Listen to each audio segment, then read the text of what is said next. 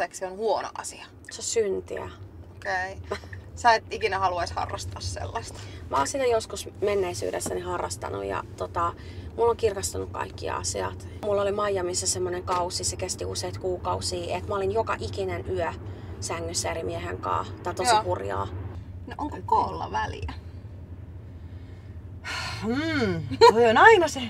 Jos on oikeesti tosi pieni, että mä en tyyliin tunne sitä, niin kyllä siinä on vähän niinku väliä, koska mä ehkä itse ahistun siitä ja sit mä en pysty nauttimaan siitä seksistä ja se on ehkä sit molemmilla vähän semmoista awkwardia. Siis mä oon aiheuttanut miehille ikimuistoisia orgasmeja. Kerro niistä, että siis orgasmi oli niin raju, että siis sen niinku kädet ja kaikki kouristi ja ne kramppas tunnin sen jälkeen niinku.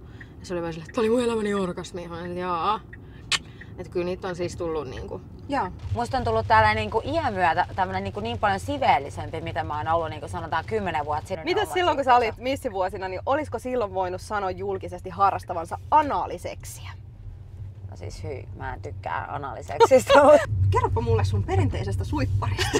Nyt mä alkaa kiinnostaa. Oikein niinku. Nyt on pakko sen verran kehu itteensä, että niin monta siis sanotaan kertaa kun on suihin ottanut eri miehiltä, niin täytyy sanoa, että kukaan ei vielä sanonut, että oppas huono. Että niinku, täytyy sanoa ihan tämmönen niinku, vähän ylpeys, että ne on ollut vähän se, että paras suippari ikinä. Joo.